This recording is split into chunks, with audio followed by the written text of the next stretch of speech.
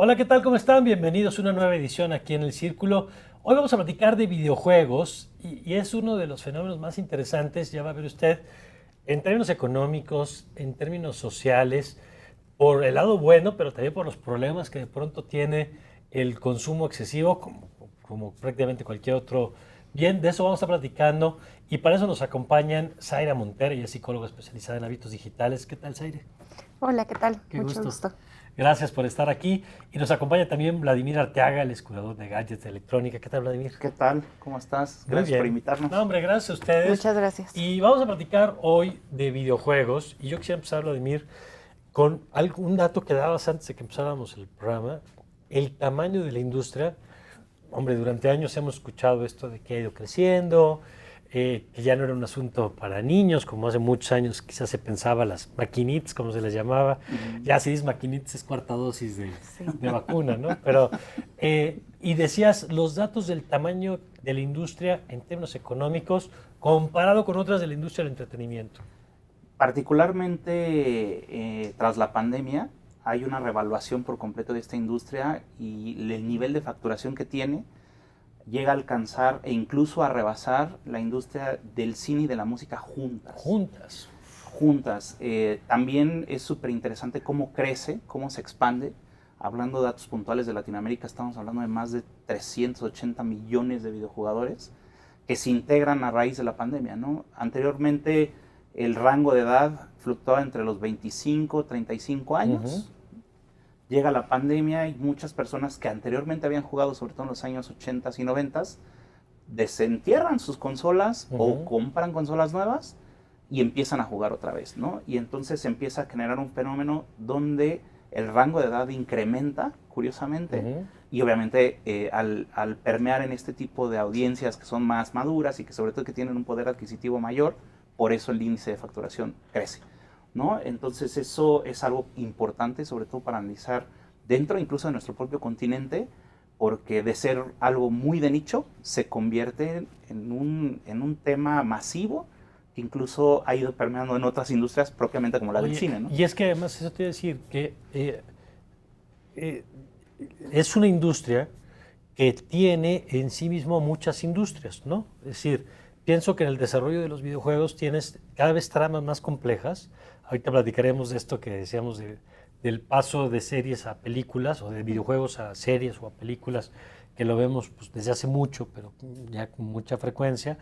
El tema de la producción que implica musical, por supuesto que acompaña a este tipo de productos, más toda la trama tecnológica que implica detrás, más el diseño, es decir, es una industria que agrupa a muchos sectores. Así es, pues prácticamente los mismos sectores que podría tener la industria del cine y de la música juntos, porque hay compositores, hay guionistas, hay diseñadores, hay creativos, incluso está esta rama de los deportes electrónicos, ¿no? Claro, que sonó mucho y que la pandemia los frenó un poco, pero finalmente se están convirtiendo en deportes, se está contemplando integrarlo a las propias olimpiadas.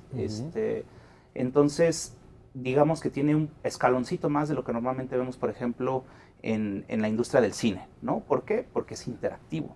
Interactivo, claro. Utiliza y aprovecha las redes, internet, obviamente esta explosión de internet, digamos que la pandemia ayudó a que la gente se digitalizara más y obviamente empiezan a descubrir cosas, personas que no sabían que podían jugar en línea con otras personas, dialogar con ellas y que también empieza a abrir estas cosas de las que vamos a hablar. Son creaciones de comunidades, no solamente es el yo solito en mi casa, ¿no? Sino el participar en grupos. Pertenencia. Y ahí, Zaire, yo quisiera empezar justo contigo desde ese ángulo.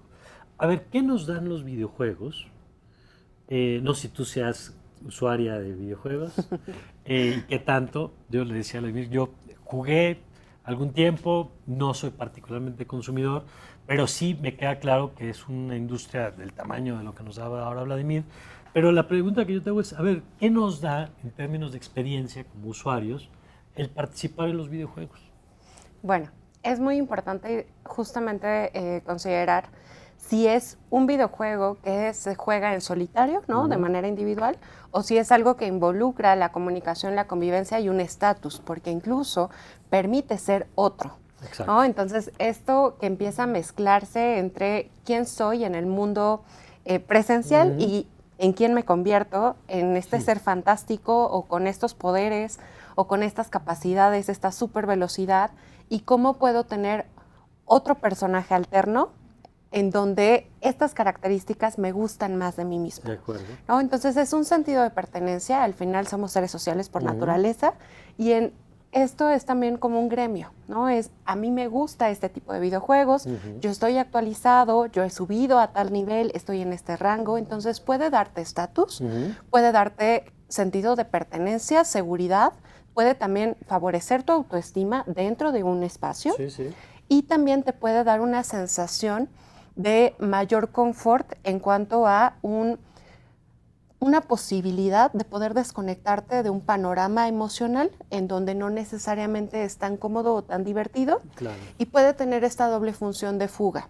Una fuga en donde se tiende más hacia lo evitativo y me concentro en pertenecer en este otro mundo que me gusta y que me engancha.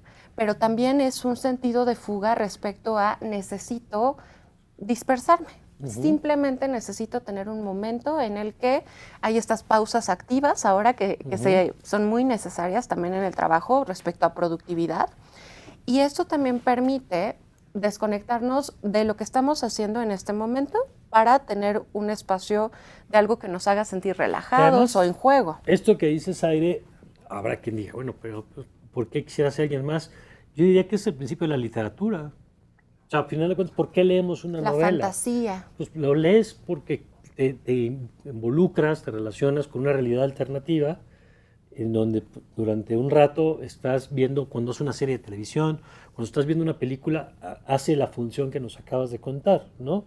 Ahora regresaré con este dato que decía Vladimir del incremento de la edad, que me parece muy interesante, pero es curioso cómo cuando yo era niño, ya a través, cuando empieza uno con esas referencias, es cuarta dosis también, pero la idea de que los videojuegos eran una cosa de niños, ¿cómo ha ido cambiando eso? Porque incluso esta idea del adulto que tiene una realidad alternativa, donde satisface todas estas necesidades que nos decías de pertenencia, de estatus, de identidad, etcétera, ¿cómo se inserta con la noción que hoy tenemos casi de la vida adulta, ¿no? Porque era, insisto, una cosa que todavía se veía como eso es casi el juego. Incluso yo te diría, ¿cómo ha cambiado el rol del juego en la vida adulta de cómo lo concebíamos hace 30, 40, 50, 60 años? Por supuesto.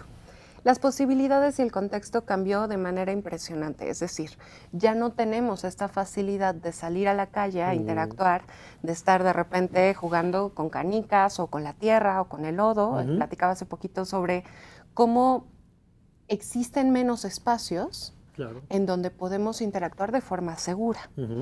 Y al existir menos espacios también existe menos tiempo.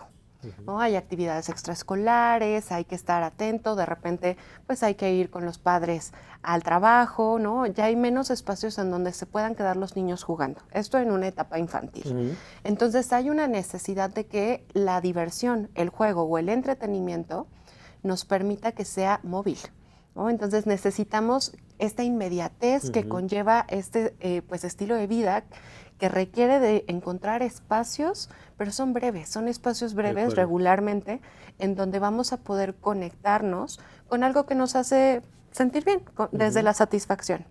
Ahora, ¿cómo cambia esto en cuanto al panorama de los adultos?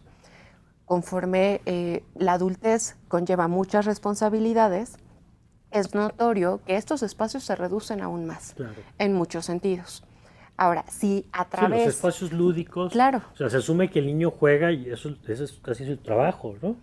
El adulto no lo concebimos así, o no lo hemos concebido así. Ahora, ¿qué pasa con un niño que en lugar de cargar una mochila de juguetes, puede cargar un solo dispositivo y tener al alcance de su mano, o en un trayecto largo en el que el adulto tiene que decir cómo lo entretengo? Son 6 horas de viaje. Entonces es de manera accesible tener entretenimiento a tu alcance, y esto empieza a ser funcional también para la vida adulta, ¿no? Entonces, de esa forma es que se empieza a enganchar esta parte práctica con la parte emocional, de decir, bueno, tengo esta posibilidad, tengo esta herramienta, y además esto me permite nunca estar aburrido, ya sea en redes sociales o en un videojuego, pero no voy a estar aburrido. ¿Y qué pasa con pues esta ola que hubo cuando estábamos en conferencias y de repente Candy Crush, ¿no? O de repente estar en clase y es bueno, pero quiero jugar un poquitín. que empieza a tener ya otros Claro. factores. Que lo vamos a platicar un poquito más con Zaire, este tema, de cuando se vuelve un problema también y cuando se vuelve una adicción, que en general es un tema de nuestra interacción en los ecosistemas digitales, digamos, esto que apuntas del terror que le tenemos al aburrimiento y la incapacidad que muchos tenemos hoy de no hacer nada, ¿no? Y es que quizá ahí, Vladimir, valdría la pena definir que cuando hablamos de videojuegos, pues hablamos no solamente de las plataformas de la consola, ¿no? Sino que está presente en múltiples plataformas de manera casi omnipresente. Sí, los smartphones han llegado a democratizar los videojuegos, vamos a decirlo. Gran parte, sobre todo en Latinoamérica, prosperan los videojuegos gratuitos, ¿no? O los que son videojuegos como un servicio, que son básicamente, como comentas, Aire, que es donde el modelo de negocio se ha transformado. Antes íbamos, comprábamos un videojuego en un anaquel o lo comprábamos en una tienda en línea y ya. Y ahora los videojuegos más exitosos actualmente dentro de Latinoamérica, aclaramos, son los que son gratuitos, donde lo único que compran son ropa, vamos a decirlo, ropa, accesorios, y bien comentaste, Zaire, ese fenómeno de pertenencia. ¿Como cuáles? De un club. Free Fire, Fortnite, PUBG Mobile y Apex Legends. Hay uno que se llama también Diablo. Casi todos esos videojuegos, el esquema es, tú puedes jugarlo como tú quieras, tienes exactamente el mismo nivel de competencia de cualquiera que lo descargue, pero sí está ese componente social de, si no traes lo último a la moda en ropa digital, no estás dentro, o sea, no perteneces a ese grupo. Y se da mucho entre los jóvenes, o sea, sí estoy de acuerdo. En esta categoría que nos estás describiendo, ¿entran ecosistemas tipo Roblox? También Roblox, Minecraft. Roblox y Minecraft son un fenómeno. Que si lo puedes platicar un poquito a quien no esté familiarizado de ese, créeme que es un mundo aparte. Sobre todo Roblox es, a mi parecer, el nuevo esquema de monetización que habrá dentro de los videojuegos, en los cuales los jovencitos, en general las audiencias niños, más jóvenes, los niños, juegan mucho los niños, se meten a pequeños universos creados por desarrolladores igual de jóvenes que ellos en algunas ocasiones, y que comparten sus ganancias con esos pequeños desarrolladores. Vamos a poner un ejemplo. Un niño puede desarrollar un pequeño mundito donde juegan policías y ladrones, y él dibuja de manera digital un sombrero que lo puede vender para jugar dentro de su propio videojuego. Parte de las ganancias los desarrolladores se lo dan a esos niños.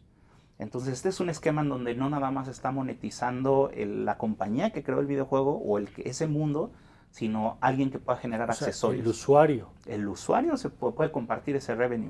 Entonces, a mi parecer, es uno de los grandes fenómenos de monetización que va a haber.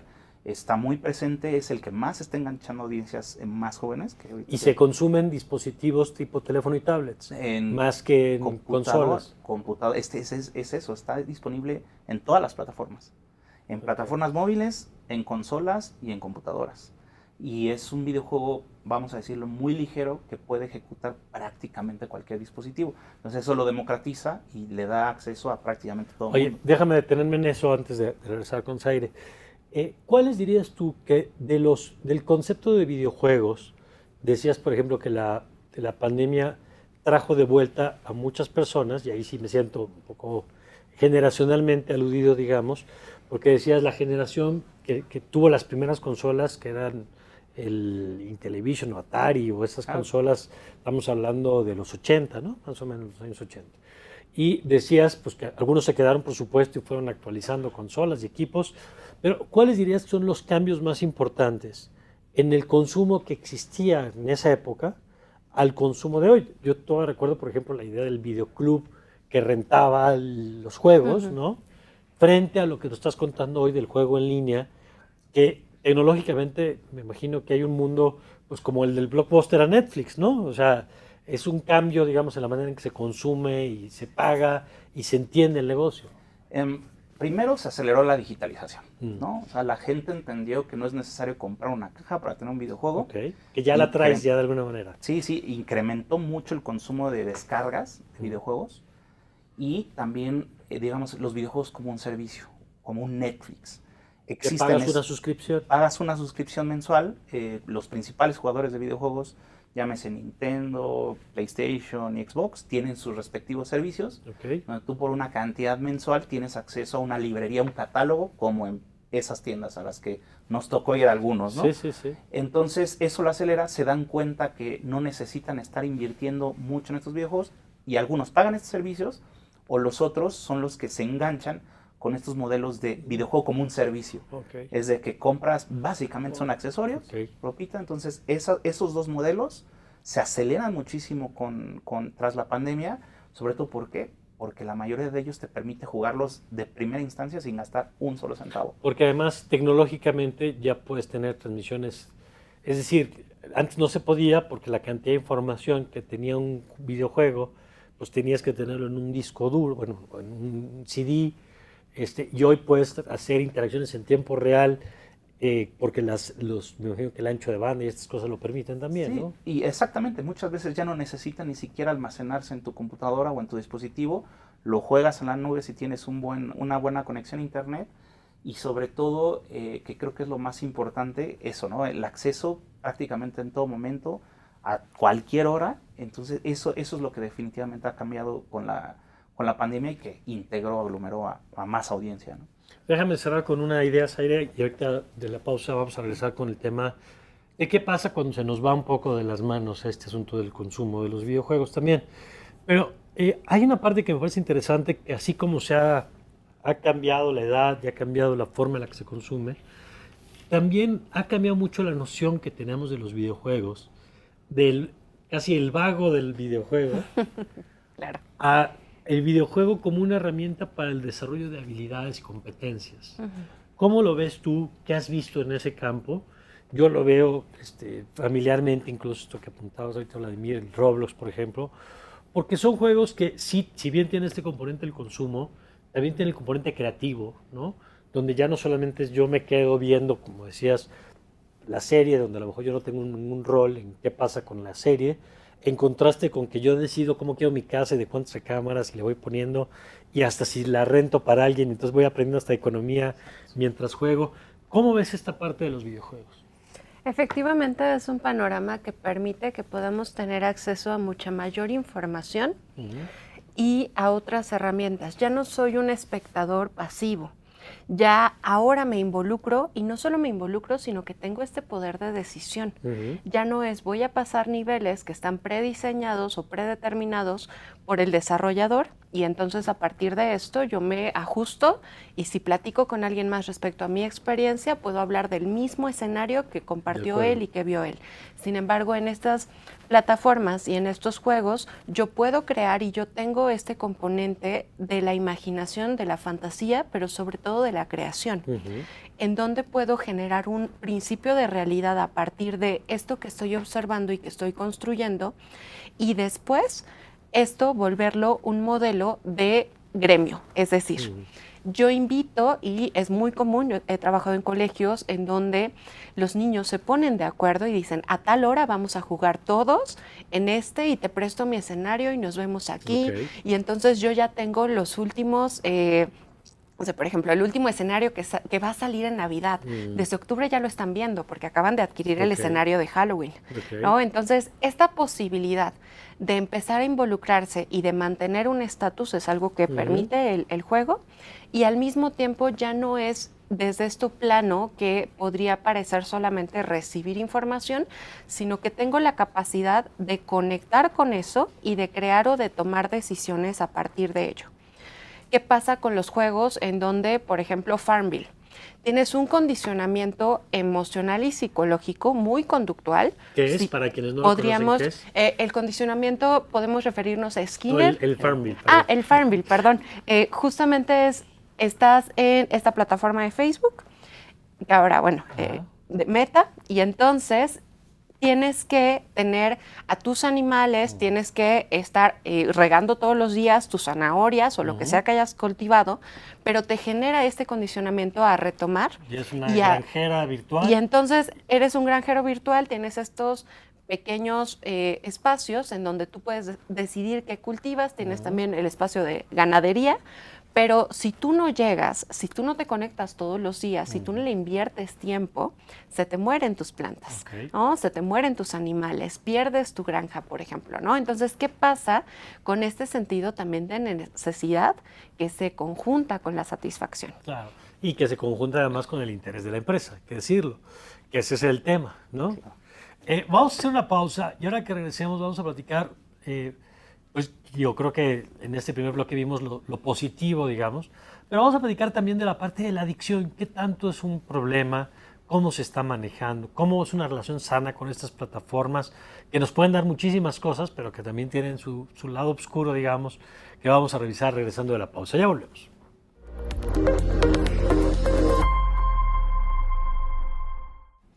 Bueno, estamos de vuelta y ya nos platicaba aquí Vladimir el tamaño de la industria. Repito el dato porque me parece muy impresionante. Más grande del cine y de la música juntos. Un promedio de edad cada vez más alto. Hay que decir que incluso en la cultura, hasta del aprendizaje, ahorita que hablabas de las escuelas, Zaire, pienso el concepto del gaming, ¿no? Cómo cada vez se incorpora más la idea de que en los procesos incluso de capacitación de las empresas, el incorporar estrategias de aprendizaje vinculadas con la experiencia de juego funcionan muy bien. Pero vamos al lado oscuro del asunto. Claro. Y es que esto que nos decías tú me parece muy claro en términos de la realidad alternativa que te permite evadirte un poco de tu mundo cotidiano, el tema del sentido de pertenencia, el tema del estatus que puede ser ya sea por las competencias en el juego o por el objeto que tienes o porque tienes información antes que los demás y eso te coloca también y te puede dar temas de autoestima como explicabas. Pero hay un componente que tiene que ver con adicción. Y yo te pregunto, a ver, primero, ¿podemos hablar de adicción a los videojuegos? ¿Y cuáles son las características que tiene que tener una adicción que normalmente asociamos o con sustancias o a lo mejor con algunas prácticas, ¿no? En los casinos, a las personas que tienen adicción al sexo, o que utilizamos o asociamos a lo mejor a prácticas o a sustancias y de pronto a lo mejor no estamos tan acostumbrados a asociar el concepto de adicción con un campo como el de los videojuegos. Ok, bueno, pues precisamente retomando tu pregunta inicial, ¿se puede considerar la adicción a los videojuegos como algo diagnóstico? Sí. La Organización Mundial de la Salud lo reconoció y a partir justamente del Manual Diagnóstico Internacional del CIE-11 es que está clasificado como un desorden de las adicciones. Okay. Ahora, tenemos que ser muy claros y muy específicos respecto a que no lo llaman adicción a los videojuegos, lo llaman desorden del gaming, ¿no? Ese sería el gaming disorder. Ese es el término. El término ¿Y sería por qué gaming es así disorder. No adicción? La realidad es que regularmente cuando existe un patrón de adicción hay mayores estadísticos y digamos, como un ejemplo de campo de análisis mucho más concreto. Esto es tan amplio y tan ambiguo y tan reciente que todavía tienen que ser muy cautelosos con identificarlo como tal una conducta adictiva o nombrarlo ya como una adicción, como sería una adicción a las sustancias. Ahora, no existen solamente estas adicciones a sustancias o a algún elemento específico, sino también las conductuales como la ludopatía. La diferencia entre la ludopatía, la adicción a las apuestas, a los juegos de azar, la adicción a estar en el casino, por ejemplo. Entonces, ¿cuál sería la diferencia? Que en el gaming disorder lo que encontramos es una tendencia que empieza a generar anomalías y para que se pueda generar este criterio diagnóstico tiene que tener al menos 3 de estos componentes. Tiene que estar interfiriendo con las actividades de la vida cotidiana, es decir, estudio, acudir a reuniones familiares, reuniones con amigos. El que lo está padeciendo, ya sea un niño, un adolescente o un adulto, empieza a preferir estar en el juego y estar conectándose por largas horas, que incluso no está establecido cuántas horas tendrían que ser para considerarse gaming disorder, pero en promedio de su vida dedica mucho mayor tiempo a el uso de videojuegos que a cualquier otro activo que generaba interés para ellos, ¿no? Entonces, ya sea ese es un rasgo cualquier interés que caracteriza el que dejas de hacer otras cosas para estar en esta. Y de hecho se niegan a convivir o se niegan a salir o, por ejemplo, antes de salir de vacaciones lo primero que preguntan es ¿voy a tener internet? ¿Voy a poder estar conectado? Pero ¿y si se me acaba la batería voy a tener en dónde conectarlo? Hay una necesidad, se empieza a ver como estos focos amarillos que tienden un poco más a rojos, ya no quiere hacer otra cosa, y entonces esto genera alteraciones nutricionales, físicas, emocionales y psicológicas. Ok. Ahora, Decías, básicamente... perdón, que son 3 elementos. Sí, en estos elementos se empieza a afectar la vida cotidiana del sujeto, se empieza a reconocer una necesidad de estar conectado constantemente y empieza a afectar globalmente el desarrollo del individuo desde la parte integral. Estos serían los elementos para considerar que alguien tiene un gaming disorder, ¿no? Que en este caso nuestra traducción inmediata sería un desorden de videojuegos, pero lo traducimos un poco más hacia la adicción. ¿Por qué? Porque esto permite que podamos reconocer algunos signos de alerta antes de que esté muy avanzado. Cuando hay chicos o cuando hay personas, en general no importa la edad, que tienen esta dependencia, es muy similar a la que tendrían al uso de alguna sustancia en particular. Es decir, ¿qué efectos tenemos cuando nos subimos a una montaña rusa? ¿No? La adrenalina, noradrenalina y nuestros neurotransmisores, que son estas sustancias que segrega el cerebro y que tienen una reacción fisiológica en nuestro sistema nervioso central para comportarnos. Esto hace un cambio físico que genera esta dependencia a necesitar cada vez más adrenalina, estar sobreestimulados, y podríamos hablar de que esto genera tal vez daños en la vista, inatención, pero no es así, ese no es nuestro foco. Incluso podría ser que en esta contraparte tengan mucha mayor capacidad a prestar atención a varios elementos a la vez, que se incrementen las conexiones neuronales y que toda esta sinapsis que generamos a través de neuronas pueda generar que tengamos procesos de discernimiento entre algunos contrastes. Ahora, no todo es negativo, pero tenemos que tener mucha atención a que en un caso de dependencia hay chicos que ya no se están alimentando, que posponen, o incluso adultos que en lugar de prepararse algo de comer, pueden pasar hasta 16 horas al día o 20 horas al día en el videojuego. Y esto, por supuesto, va a generar pues, efectos negativos en otras esferas de la vida. Ahora regresaremos con Zaire y esto que apunta de las señales tempranas, como para ver si conocemos a alguien o si nosotros mismos nos podemos identificar con algunos de estos elementos. ¿Cómo se ve, Vladimir, este tema desde la industria? Te lo pregunto porque a mí es un tema que me llama mucho la atención, no necesariamente solo para la parte de los videojuegos, sino la parte de las redes sociales, por ejemplo, en donde de pronto los incentivos de la empresa no necesariamente son los mismos de los incentivos o de los objetivos del usuario. Incluso hay veces que son contrarios. Por ejemplo, la lógica de muchas de estas plataformas es que mientras más tiempo paso conectado, es mejor. Claro. Porque consumo, porque aporto datos personales que me permiten recibir publicidad más personalizada, con mayor probabilidad de que termine convirtiéndose en una compra, etc. Si ese es el incentivo de la plataforma, pues el mío no necesariamente estar 10 horas ahí, porque ya decía Zaire, puede provocar problemas de alimentación, hasta efectos físicos. ¿Cómo se percibe desde la industria este tema? ¿Cómo lo ves? Es un tema que incluso nosotros desde un punto de vista editorial, que es mi caso, hay varios responsables, ¿no? Que tanto los desarrolladores, los que regulan, porque existe una clasificación internacional, aquí ya tenemos la propia, en México está la SRB en Estados Unidos, está PEGI en Europa, y sobre todo las recomendaciones que hay por organizaciones como la Organización Mundial de la Salud, ¿no? Creo que lo primero que hay que partir es que no podrían existir este tipo de adicciones si se siguen estas recomendaciones, llamémoslo de alguna forma. Normalmente los juegos que son para menores de edad no tienen el componente de conectividad, normalmente, no todos, no tienen el componente de conectividad, sino son juegos como muy limitados. O sea, conectividad quiere decir que es en línea o que es en grupo. Que no están conectados, es un juego que puede jugar a alguien sin estar conectado. Eso es lo recomendable para menores de 6 años.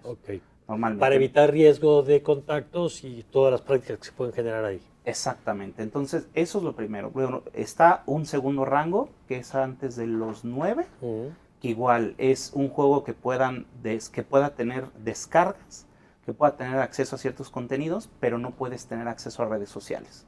O sea, ya tiene cierto componente de conectividad, pero no tiene componente de interacción. Y después de los 9 a los 13 años es donde está el gran debate internacional de si es permisible o no tener estas conectividades. ¿Por qué razón? Seguridad. Claro. O sea, creo que la parte de la seguridad es lo más importante porque no puedes regular a un interlocutor que no sabe si es adulto. Exacto, y las prácticas estas de grooming de adultos que se hacen pasar por menores para construir confianza y después de ahí salen cosas terribles. Claro. Exacto. Y esto, a mí me tocó ser un vendedor de videojuegos de piso hace muchos años. Y era impresionante cómo a veces el propio papá, y eso lo recomienda la Organización Mundial de la Salud y estudios en América y en Europa, es decir, no sucumbir ante el chantaje del menor. ¿No? Creo que eso es importantísimo. Por ejemplo, ¿Y pasaba? Y pues, sí, o sea, es decir, oye, es que yo le quiero comprar X juego, lo voy a decir, Grand Theft Auto, que es un juego para mayores de 18 años. Porque tienen contenido violento, sexual, son argumentos muy de adulto. Y le explicaba, diciendo, oye, es que no es recomendable para que se lo compres a tu hijo, pero es que mi hijo lo quiere, pero no es recomendable para adulto. Entonces, creo que ahí empieza la responsabilidad de los padres, en primera instancia. Un poco sí, a mí me ha tocado ver que, digo, lo recomiendan en estos textos, es si le vas a dar acceso a eso a tu hijo, que estés con él, ¿no? Claro. Para ver pero qué es lo que está viendo. Esto que ¿no? lo estás diciendo, Vladimir, me parece muy importante, es un carril, que es el carril de la seguridad, ¿no? Claro. El segundo carril que nos dices es el del contenido, lo cual es lógico porque si, como nos explicabas al principio, tienes una trama, tienes contenido visual, tienes interacción, pues si se regulan las películas, pues es consistente con que se regulen en términos de clasificación los contenidos de los videojuegos, porque al final es una trama con personajes, con todo lo que nos has explicado, ¿no? Pero luego hay un tercer componente que yo no sé qué tanto lo consideran, y ahorita vamos con Zaire al respecto, este asunto de las dinámicas que te enganchan. Es decir, qué tanto la industria se ha autorregulado o ha sido regulada por terceros, sean estados o asociaciones, para estas prácticas como las que decías Zaire, conductistas, que es conductismo pavloviano de la campanita y la alimentación, es decir, tú haces esto y te doy premio. Claro. Gratificación inmediata, estímulo y respuesta, gratificación sorpresa, como en los casinos, para no saber si te va a tocar premio o no te va a tocar premio. Es decir, todas esas prácticas que hoy sabemos que generan adicción o deseo de repetición, ¿se ha discutido, se está regulando o no? En países europeos, sobre todo, se ha elevado la discusión a niveles gubernamentales, ¿no? Le llaman las loot boxes, ¿no? Que son las cajas sorpresa que tienen la mayoría de estos juegos que precisamente propician todo eso. Ha sido un debate muy amplio. También se está metiendo en algunos países la cuestión de la regulación de los famosos NFTs, que es, pues vuelvo a lo mismo, es la compra de activos digitales, que no deja nada. Entonces sí existen regulaciones, sobre todo de parte de gobiernos en algunos países muy desarrollados. Más en Europa que más en Norteamérica. Europa para frenar esto, ¿no? Porque si es una realidad, es apuesta. O sea, hay que decirlo así tal cual. Estás comprando lo que no sabes qué te van a dar. Y pues bueno, eso, al no obtener lo que tú quieres, pues sigues invirtiendo y sigues provocando ese círculo de adicción a la compra de este tipo de objetos. Sí existe como tal y sí yo creo que desde mi punto de vista editorial se debe de hacer. Debe de hacerse regular. A ver, Zaire, ¿qué implica desde el punto de vista de tú como experta en temas psicológicos esta serie de componentes? ¿Qué rol juegan y por qué es tan importante o regular, si es que es uno de los carriles, o por lo menos tener conciencia como usuarios de esto que decías ahorita, el tema del estímulo constante, de la recompensa? ¿Cómo funcionan esos mecanismos en términos de condicionar nuestra conducta?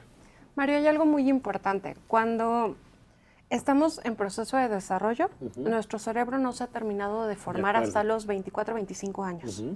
Nuestro lóbulo frontal se va a encargar de toma de decisiones, juicio, y que podamos también regular y monitorear nuestra conducta, es decir, control de impulsos básico. ¿Qué pasa cuando un adulto cede ante la necesidad del niño o ante la intención o el deseo del niño? Los niños que todavía no tienen el lóbulo frontal desarrollado por un proceso cronológico básico, necesitan que nosotros como adultos en el acompañamiento seamos este frontal externo que dice, bueno, ¿qué crees? Si quieres, si te gustaría, pero yo tengo este juicio que me permite discernir entre lo que es conveniente o no para tu seguridad y tu bienestar, porque soy el responsable de tu integridad. Desde esto tenemos que tener la fortaleza y también la responsabilidad de psicoeducarnos, de informarnos, de investigar primero de qué se trata el videojuego.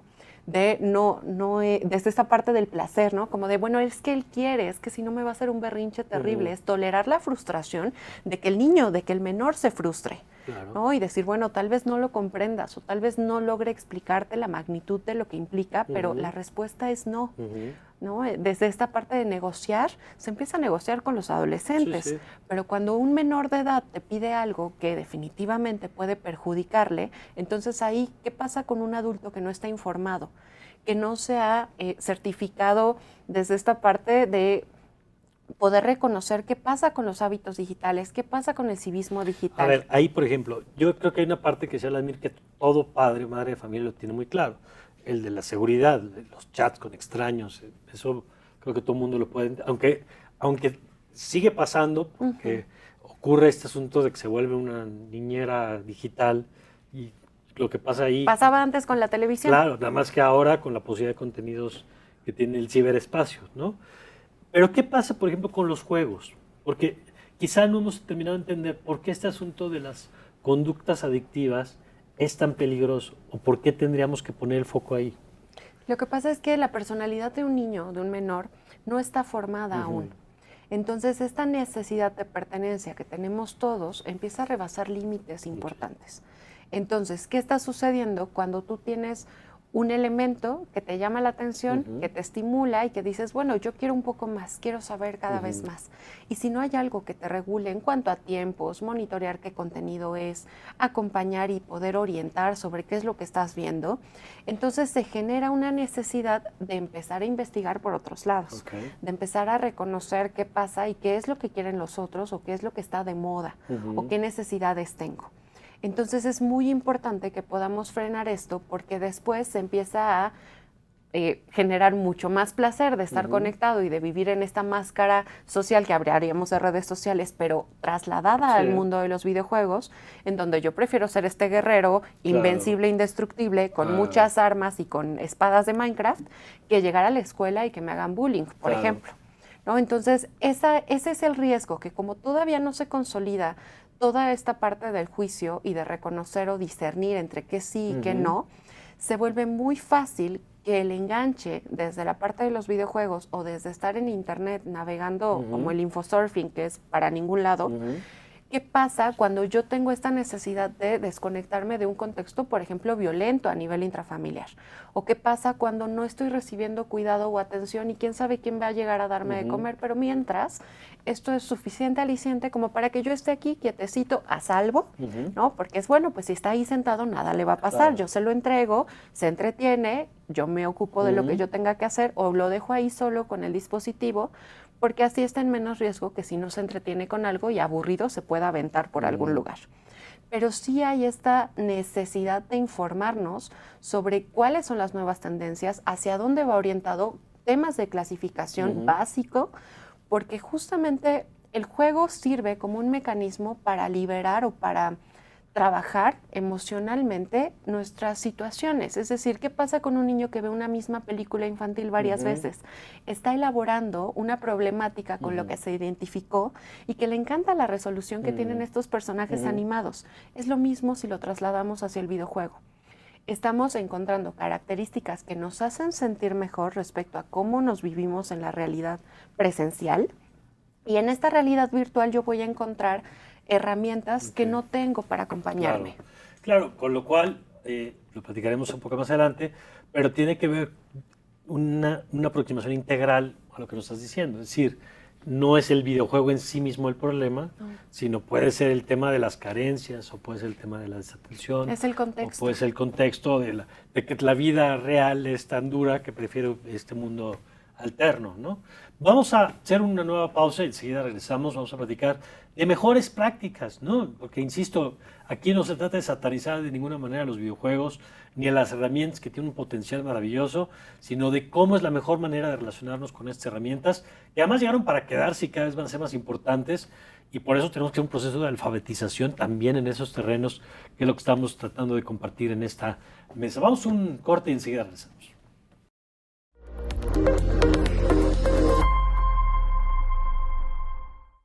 Bueno, estamos de regreso, hemos estado platicando de videojuegos, del tamaño de la industria, de lo que puede ser, pero también de los riesgos que tiene el consumo, de entender esto que nos explicaba Zaire sobre el desarrollo del cerebro, y también que como adultos, por supuesto, también generamos adicciones, podemos generar adicciones a sustancias y podemos generar adicciones en este sentido. Nada más ahorita nos comentabas, Vladimir, el tema de la clasificación, porque es importante, y el tipo de contenido que de pronto se puede encontrar en estas plataformas. ¿Contabas algún caso en particular? Pues bueno, lo que he dicho que gran parte de lo que podemos hacer como usuarios para evitar este tipo de conductas es respetar la clasificación, ¿no? Fue un debate incluso nacional donde hubo varios actores participando en torno a si se hacía o no.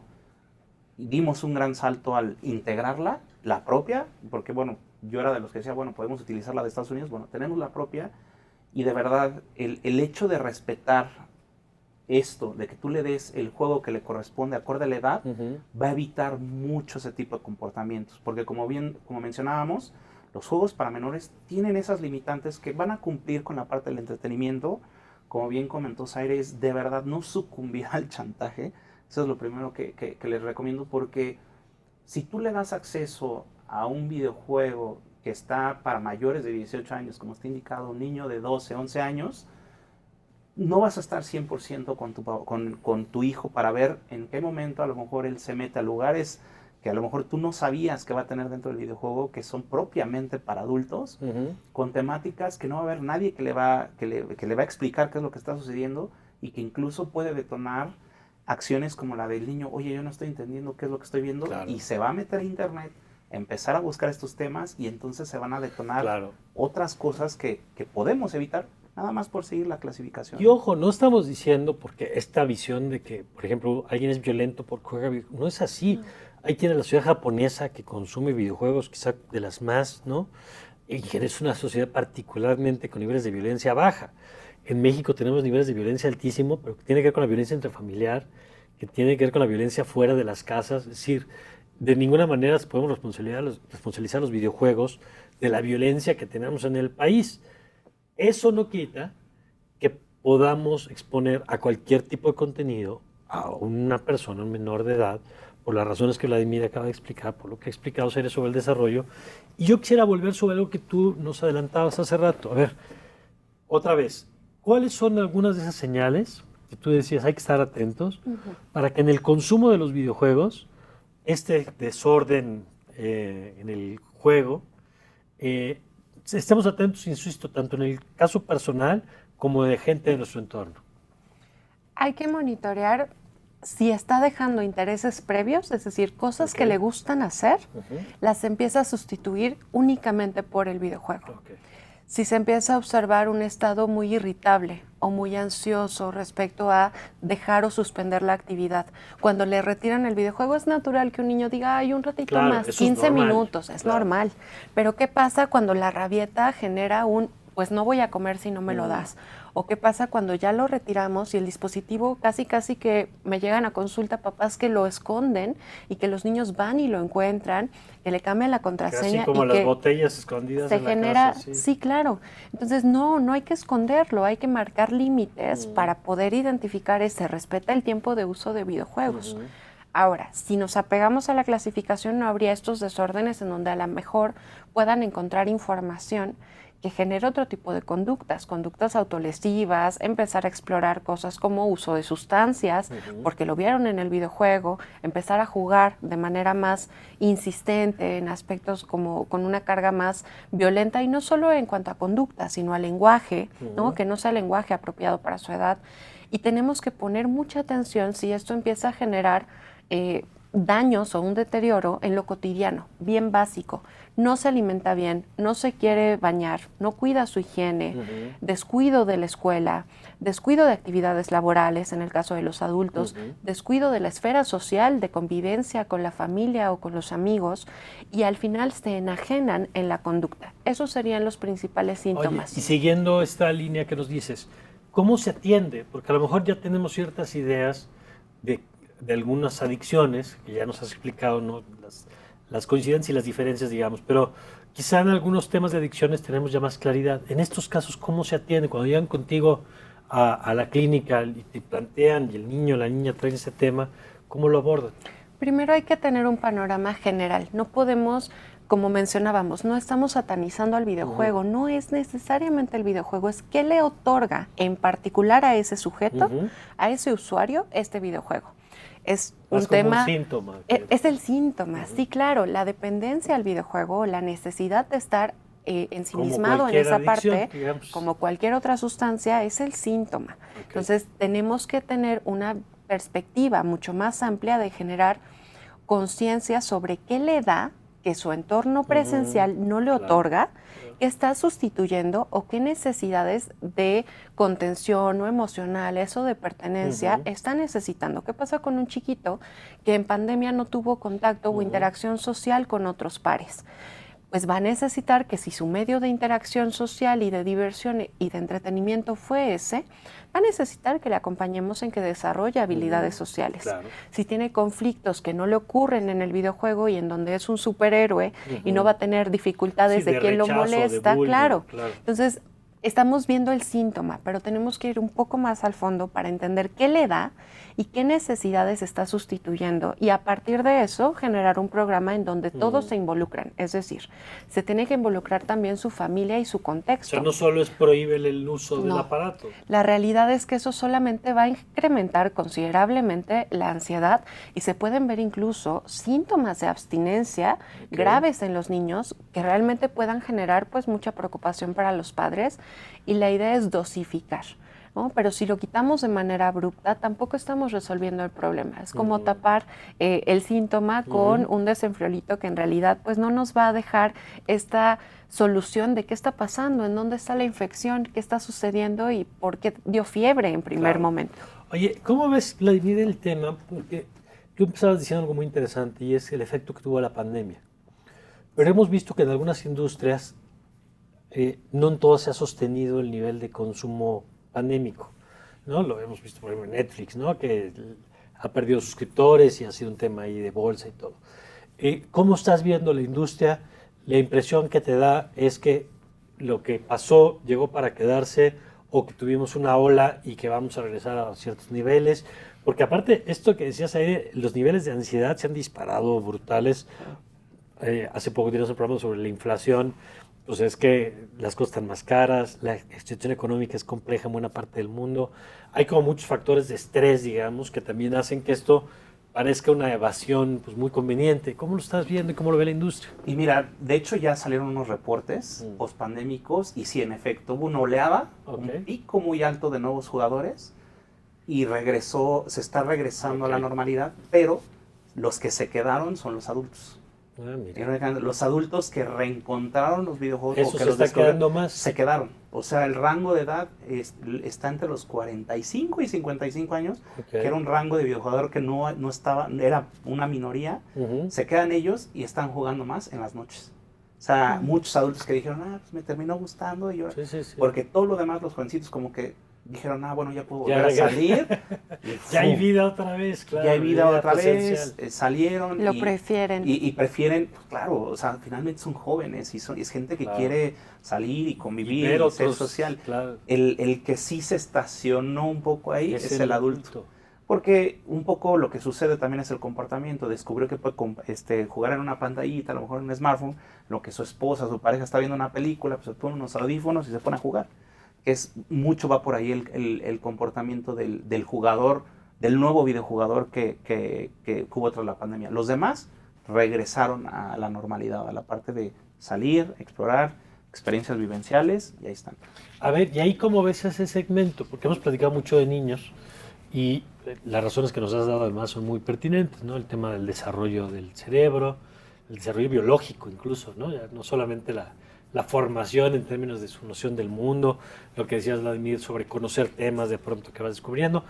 Dejamos por un momento ese segmento. ¿Y qué pasa con este adulto que ya conoce el mundo, que ya es maduro, que ya tiene otro nivel de circunstancias, pero que también encuentra de pronto aquí una herramienta que me llama la atención? Es decir, ese adulto pues también de alguna manera quizás se está entreteniendo, quizás se desvela viendo una película y ahora lo hace en el videojuego, pero también existe el riesgo de que esté evadiendo cosas y existe el riesgo también de la adicción. No sé qué tan frecuente sea y cómo lo veas en el plano de los adultos.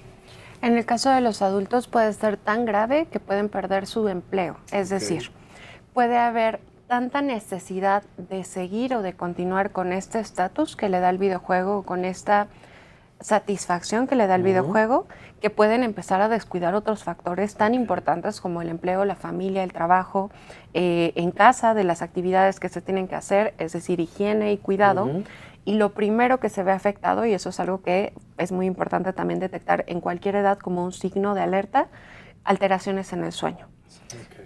Generalmente nada más por estar ante la pantalla, por la luz azul y todo lo que genera. Tu cerebro no sabe que ya es no hora de estás bajarle produciendo la melatonina que se tiene que producir de manera natural y para el cerebro es de día y hay que continuar y continuar y continuar. Lo que pasaba con una serie, si sucede con un videojuego, al final no es una interacción diferente. Además, el nivel de estímulo es mucho más alto. Sí. Tú eres un espectador cuando estás en la serie, Claro. a menos de que sea una serie interactiva, claro, ¿no? claro. Pero, ¿qué pasa con esta necesidad de tú crear y tú subir de niveles? Y de esta satisfacción de ya pasé el que sigue, que sigue, que sigue, que sigue, y que sea cada vez más la adrenalina o esta sensación de euforia que es necesaria, y en ese tiempo que debería ser de descanso, más bien se activa todo y a la mañana siguiente pues ya no hay con qué. Claro, ¿no? Entonces, los adultos, precisamente por nociones de responsabilidad o de situaciones que ya experimentaron, es decir, ya convivieron con los amigos, ya tienen una pareja probablemente estable, ya tienen un trabajo, ya saben a qué se van a dedicar, ahora necesitarían encontrar satisfacción en aspectos que les motiven, que les generen esta fantasía o esta visión de ilusión hacia alguna meta u objetivo, pero hay este aplanamiento emocional. Ya nada me llama la atención, me da flojera salir, ya no quiero ver a nadie, qué flojera escuchar a los amigos, ya que me va a contar de su esposa, me va a contar de su esposo, ya no tengo ganas de convivir con la familia, ya exploré lo que quería explorar, no tengo tal vez los recursos económicos o el tiempo para explorar otras cosas en un entorno natural, no tengo un hobby, no me siento con la energía para tener alguna actividad física o recreativa. Esto es un escape o esto es algo que me va a dar cierta satisfacción momentánea.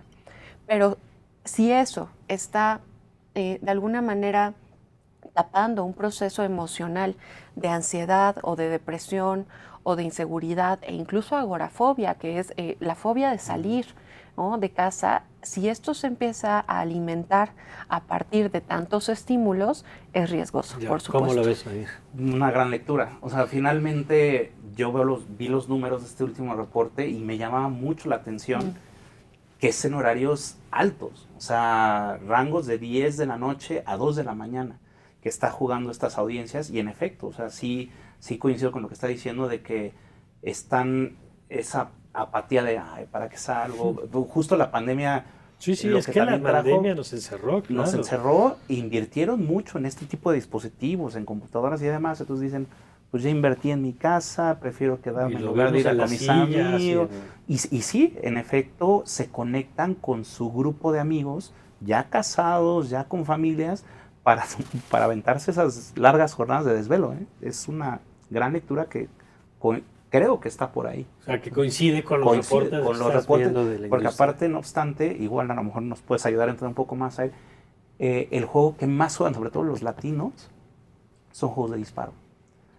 Son juegos de disparos. O sea, esas personas que se están desvelando, estos nuevos jugadores, están jugando juegos de disparo a altas horas de la noche, entonces les ha de dar esa sensación de poder claro. Y demás, porque es el juego que más están jugando. Ya está, no te salió aquí. Sí. Muy bien. Pues muchas gracias. La verdad es que ha sido muy interesante. Insisto, porque de ninguna manera pretendemos satanizar una industria. Empezamos señalando la importancia que tiene en términos económicos, de cómo ha crecido la cantidad de industrias creativas a las que está vinculada. Hay que decir que en México además está creciendo ese sector, ¿no? Que es interesante que algunos estados, Jalisco, así como ha apostado para algunas cosas de software, también está creciendo un poco más el desarrollo en México, ¿no? Sí, es nuestro Silicon Valley. También hay esfuerzos importantes en Querétaro que están trabajando para impulsar cuestiones de realidad virtual y demás. Y bueno, también como dato, donde más juegan también son los estados donde más violencia hay. Mira. Eso es Es una de las cosas que interesante. está relacionado. Y que seguramente tiene que ver con lo que decías, Aire, sobre los espacios públicos y las actividades fuera de casa. No necesariamente, porque al estar sobreestimulados en algo violento es que esto genere la Sí, violencia, ¿no? sino que precisamente para escapar de un entorno tan violento, busco cómo yo sí tengo el control. Claro, es una violencia controlada, digamos, ¿no? En donde yo además voy a tener esta satisfacción de ganar Claro, claro. y de no sentirme indefenso en mi Claro. contexto. Que en un contexto de vulnerabilidad, pues lo que buscas es algo que te dé ese empoderamiento, así sea en la pantalla, ¿no? Claro. Así es. Pues muy interesante, Zaire. Muchas gracias, Vladimir, muchas gracias. Gracias por invitarme. Gracias a los dos. Y gracias a usted por acompañarnos, como siempre, en estos programas en donde yo espero que usted aprenda. Yo aprendo muchísimo, pero creo que los invitados nos ayudan a entender mejor estos temas. Yo le invito, como siempre, a que si le parece que conoce a alguien que le puede ser útil la información que aquí Zaire y Vladimir nos han compartido, mándele la liga, compártelo a través de nuestras redes sociales, que también sirven para eso. Y le invito a que continúe con toda nuestra promoción aquí en Justicia TV. Yo soy Mario Campos y le deseo, como siempre, que tenga usted un magnífico, pero un magnífico día.